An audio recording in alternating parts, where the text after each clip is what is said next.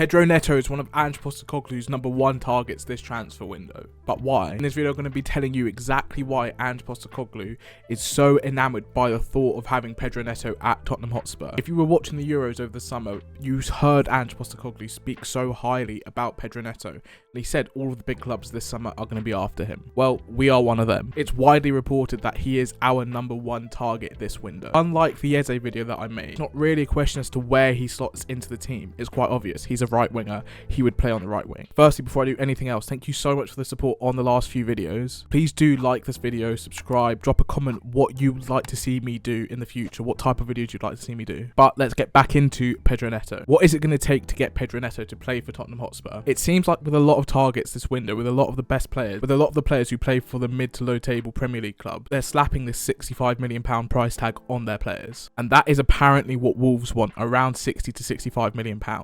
Where Spurs value Pedro Neto at £45 million. In terms of quality, Pedro Neto is one of the best right wingers in the league. But that's not where people have their reservations about Pedro Neto. I don't think there is one person who would argue Pedro Neto isn't an amazing footballer. It's his injuries. That's what concerns people. And that's why Spurs initially weren't showing too much interest in him. Especially Ange Postecoglou with his hamstring injury. Players have tended to have hamstring injuries under Ange. So I can see why people would think, although the playing style might be a match made in heaven, it could also be a big curse having that much pressure put on Pedro Neto's hamstring. One thing to put off the bat straight away is that Pedro Neto would not be required to play as many minutes for Tottenham as he would be for Wolves. We have Brennan Johnson, who, I don't know why there's been this Brennan Johnson hate recently, but he is actually genuinely quite a good footballer. And I think he is going to explode next season, especially with less pressure on him with the arrival of someone like a Pedro Neto. I think one thing is clear, Dejan Kulusevski is not a winger in the Ange Postecoglou system, at least not a right winger. He's looked so comfortable playing through the middle during pre-season. There is a space for a new right-sided winger. If we followed the format of giving each player, Pedro Neto and Brennan Johnson, 90 minutes each week in the 60-30 split, 60 minutes one game, 30 minutes another game, that lessens their load but gives them both 90 minutes per week. And squads need rotation. We're going to be playing hopefully 50, even 60 plus games next season. So let's compare Pedro Neto to our wingers, both Dejan Kulusevski and Brennan Johnson, just to see what he would bring to the table. And looking at their stats, one thing that stands out immediately is that Pedro Neto has played a lot less games than both the other two. I'm not going to speak about his injury issues the rest of the video because everyone's well aware Pedro Neto comes with an injury risk. If Spurs do end up buying him, that means that they've taken into account his injury risk and decided to go ahead anyway. I'm going to be looking at their stats per 90 minutes. What seems to be a trend for these stats is that where Dejan Kulusevski excels, Brennan Johnson fails.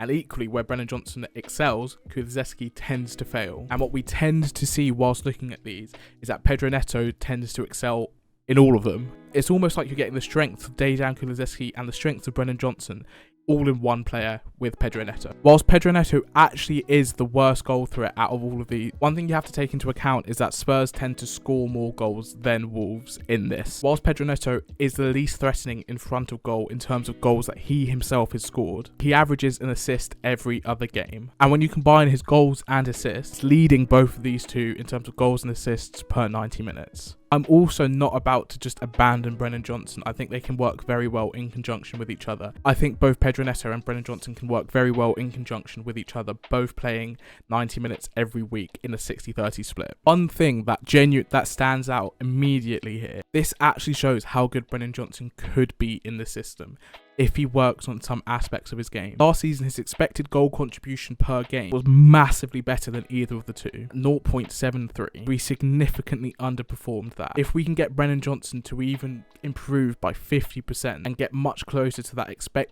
to what he was expected last season, we have a real player on our hands in Brennan Johnson. What is a typical Ange Postecoglou goal? How does he want to create goals in his system? Everyone's seen it. It's a well-worked routine. Get the ball out wide. One of the wingers does a low cross into the box.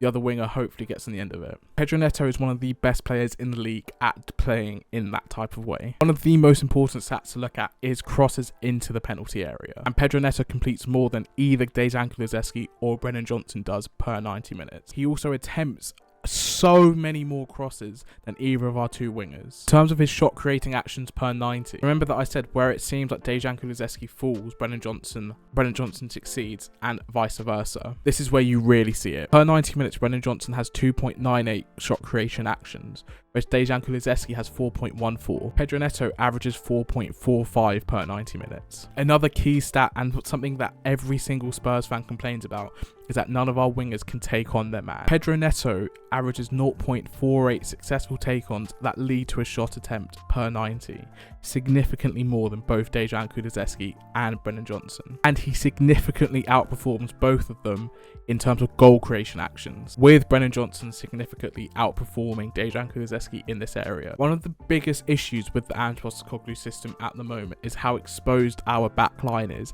anytime we lose possession of the ball.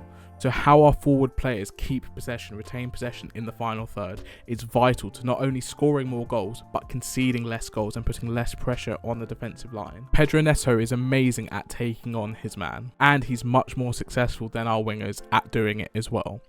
He attempts more take-ons and has a higher percentage chance of being successful when he takes his man on. Per 90, he attempts more progressive carries than either of Dejan Kulusevski and Brennan Johnson. A lot more progressive carries into the final third than either of our two players as well. One thing that does concern me is his lack of defensive attributes. To be blunt, he doesn't defend at all. He's not great at winning the ball back either. I'm sure Ange Postecoglou both knows this and is willing to coach it into him. Pedro Neto would be a massive coup for Spurs. There's no getting around it, and I'm sure most of the top 6 clubs would want him at their club. It's just many people are scared off by both the price tag and the injury issues. Let me know in the comments below if you would be looking forward to be getting Pedro Neto at Tottenham Hotspur, and if you are concerned about those injury issues.